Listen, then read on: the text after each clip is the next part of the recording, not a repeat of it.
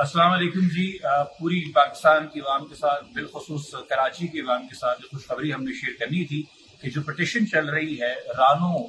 जो brown bear है इस वक्त कराची जू में, उसको ट्रांसफर करने की इस्लामाबाद और फिर दूसरे मरहले के अंदर गिलगित बल्तिस्तान, उसी पिटिशन के अंदर अदालत ने यह सवाल उठाया कि पूरे के पूरे कराची जू के ऊपर क्यों ना एक इंक्वायरी की जाए और मालूम किया जाए कि जितने भी जानवर वहां पे मौजूद हैं वो किस कंडीशन में हैं, क्या वो कंफर्टेबल हैं कि नहीं, क्या उनको किसी क्रूरटी का सामना है कि नहीं। क्योंकि दौर जदीद में किसी सदी में जो तालीम और शऊर और तजुर्बे हमें हासिल हुए हैं उसकी रोशनी में दुनिया ने यह फैसला किया है कि जानवरों को अपने नेचुरल हैबिटेट में होना चाहिए, उनको नेशनल पार्क्स में होना चाहिए, ना कि उनको बंद कमरों या केजेस के अंदर होना चाहिए। इसलिए जो ऑलरेडी एक कमेटी रानों के ट्रांसफर के लिए हुकूमत ने तश्कील दी है उसी के अंदर मजीद कुछ मेम्बरान ऐड करके हुकूमत से अब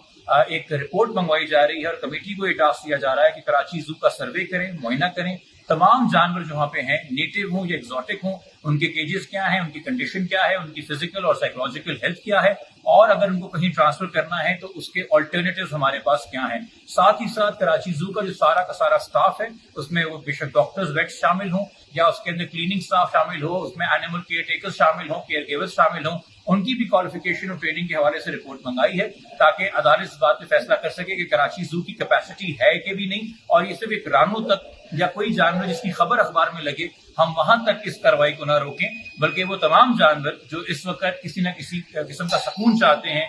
राहत चाहते हैं, उनके लिए काम किया जा सके।